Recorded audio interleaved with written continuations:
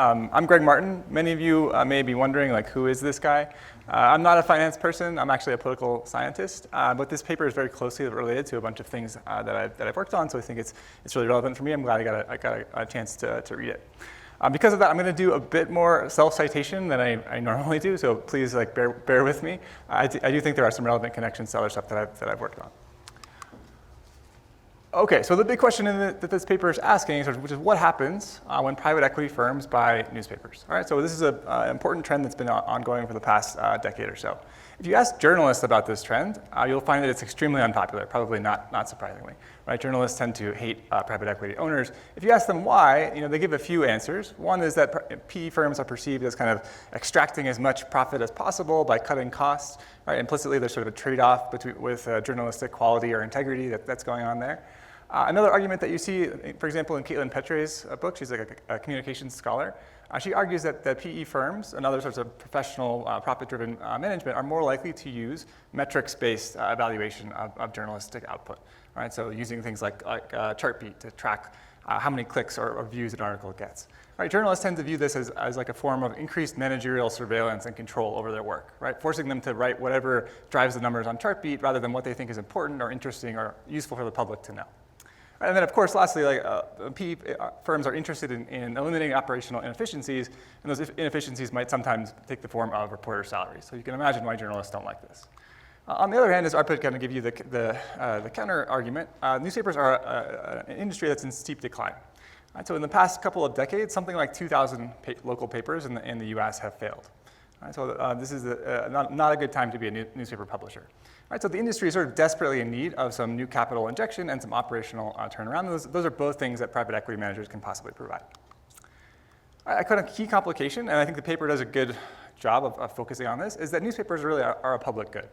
Right? The benefits of having a newspaper in your local community are not restricted to people who actually subscribe or read the paper, right? Because they have this effect on political accountability. Right? So there's lots of evidence showing that the presence of a local paper sort of improves the quality of representation, reduces corruption, and so on. And all those benefits sort of flow to the community at large, and they're not restricted to people who actually pay for the paper. Right? So it is possible that the socially optimal number of journalists or the socially optimal amount of local news reporting might exceed what the profit-maximizing private optimum is. Okay, so I'm going to sort of split my comments. I'll talk a little bit about kind of the underlying theory here, like why we think that private equity would change the content or the employment at newspapers, and then I'll move into some more detailed comments on empirics. All right, so on the basic theory, I think the primary theory that's put forth in the paper is that many newspapers that is are owned by private chains, sometimes by family firms, and that these firms have other non-pecuniary motivations for owning the paper. Right, there's some other sort of side benefits of owning a paper that are not reflected in the financial returns. Right, so they're sort of similar to a sports franchise. Right? If you're the owner of a local paper, you're sort of a locally important person. Right? Politicians want to get on your good side, you get invited to social and cultural events, and so on. Right? So there's some other benefits besides the actual profits from the business that you get from being the owner. Maybe PE firms don't care about those, and so they might operate the business differently. Right, so thinking about this analogy to sports firms kind of got me thinking, like, why don't private equity firms invest in sports franchises? As far as I know, there's not a trend of PE firms buying up sports franchises. I think the reason is that because of those use values, because there's another benefit of owning a sports franchise, they tend to be overvalued. Right? If a PE firm was going to bid for a franchise, they'd have to compete against every local rich person that wants to go to the games and sit in the box and be on TV. Right? So the same thing is probably true for newspapers. Right? In places where there's a lot of influence that's gained by being the publisher of a paper, those papers are going to be valued more highly than the underlying business would suggest. Right? So it's just going to make them less attractive as targets for private equity investment. Right? So that sort of thinking made me think that this is probably not primarily what's going on. Right? And in fact, in the data, a lot of these acquisitions are coming from public companies.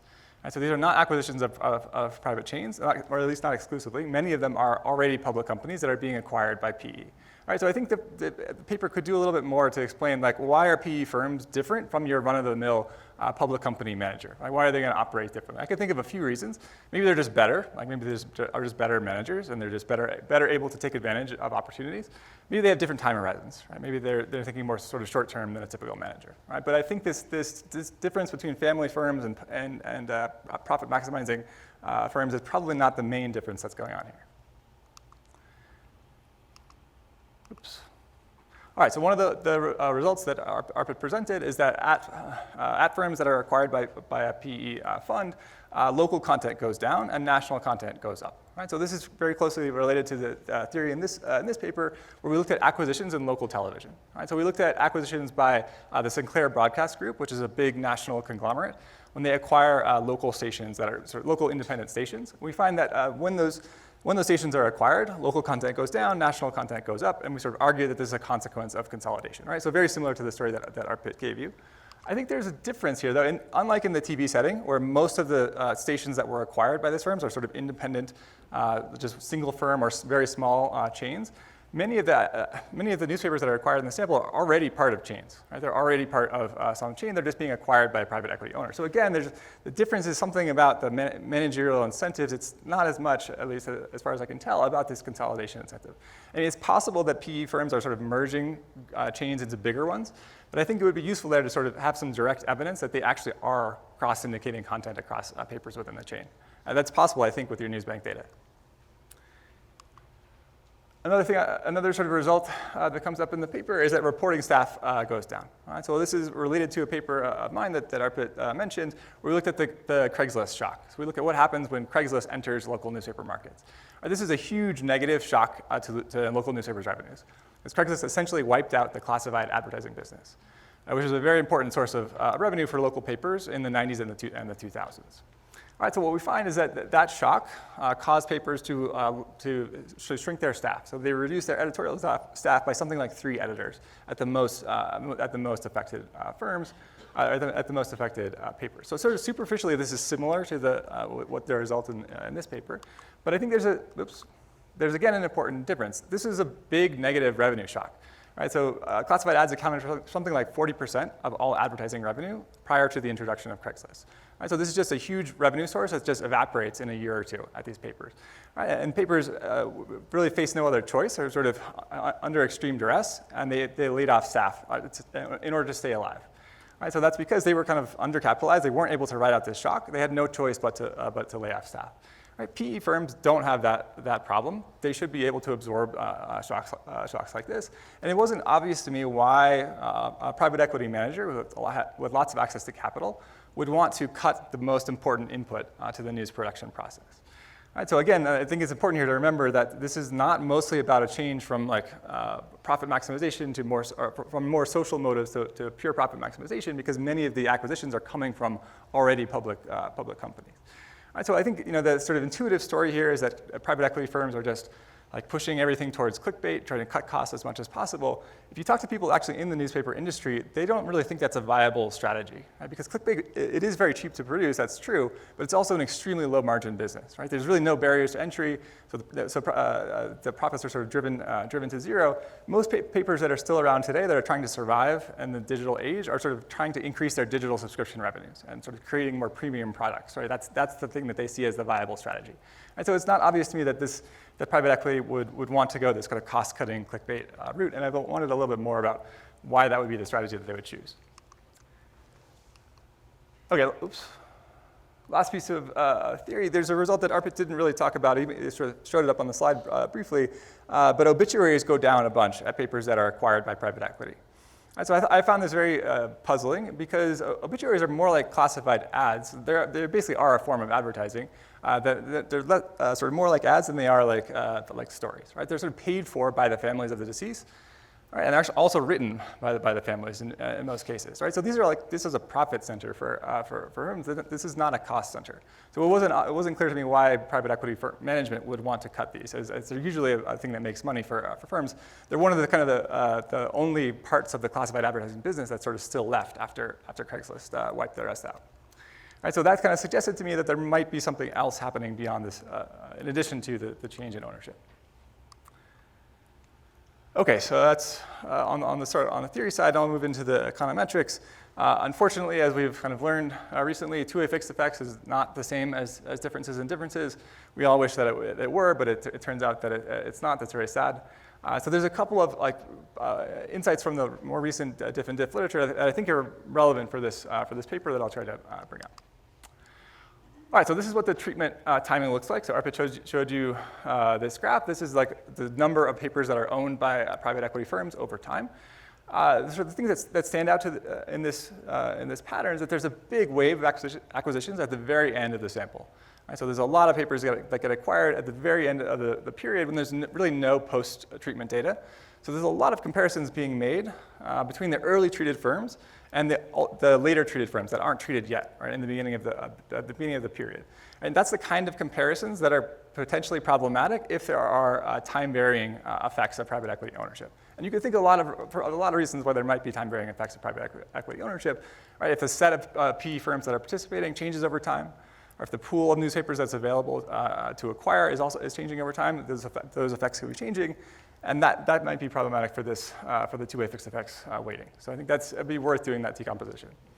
Another thing that stood out to me in this graph is that in the middle of the period, there's actually a lot of divestments. Right? So the number of PE-owned firms goes down, right? Because the initial PE acquisitions are being resold on the market. Right, so because those are in the middle of the period, those are going to get the most weight in the estimator, right, because they have the most variance in treatment status. Right, and it wasn't obvious to me that the effect of exiting PE ownership status would be -1 times the effect of entering it. Right, because presumably when a PE firm comes in and implements some managerial changes, when they resell the firm, the new owners don't just undo those changes again. Right? Presumably they would keep them. Right, so it would make more sense to me for the effect of exit to be closer to 0. Right, so the two-way fixed effects is sort of pooling all these things together with negative weight, and I'm not sure that's exactly what you want to do. Okay, so I've already talked about this a bit. There are different kinds of transitions here in the data. There are transitions from family-owned to private equity. There's transitions from public corporations to private equity. I think the latter type is actually more dominant in the sample. And you would imagine that the effects of these transitions would be very different. The two-way fixed effects is kind of pooling these all together, giving you some kind of weighted average with weights that are kind of hard to understand. I think it'd be worth splitting those out, right? Because theoretically, we would imagine the effects there are quite different. Another point here where the treatment timing kind of interacts with the way that the outcomes are measured has to do with the measurement of jobs. All right, so the jobs data comes from LinkedIn, which is very cool. I was very impressed that you were able to get this data. But LinkedIn data does have this feature that its coverage is expanding over time. All right, so at the beginning of the period, the data set goes back to the 2000s. And at the beginning of this time period, the coverage of LinkedIn was not great. So early on, like a recent college graduate would have had like their entire work history on LinkedIn, whereas older people might have had a very sparse resume or may not have even been on the site at all. Right? By the end of the period, LinkedIn is sort of close to universal. Sort of coverage is very good across everyone. I think that interacts here. It's potentially sort of creating a possible spurious trend between the early treated and the late treated papers. Because in the early treated papers, it's possible that having your firm be acquired might have induced some of the older people at the paper to actually get on LinkedIn in the first place. Right, so there might be a change. This acquisition might be inducing a change in the measurement of jobs rather than a change in the actual number of jobs themselves. Right, so I think that's probably worth looking into. I thought that's consistent with the result that there's no effect for freelancers or for interns, because over this period, like younger people were always on LinkedIn. Right? There were always sort of reasonable coverage among younger folks. The differences would have showed up in the older people, like reporters and editors, and that's where you see results. So I think it's possible that there's something going on here with the measurement. All right, and then one last point. This is probably just I'm missing something in the specification, but all the results have this are presented with this interaction terms of post-deal times PE. That's kind of the main effect. I think there are other kinds of acquisitions in the sample, and so there are other kinds of transitions that go from private chain, for example, to public company. So it seems to me like there should be a main effect of post-deal in addition to it. Maybe I'm just not understanding the structure of the data, but that seemed like something that should be in there as well. All right, I suppose I probably should have written a conclusion slide, but I didn't, so that's all I've got. So I'll open it up to questions.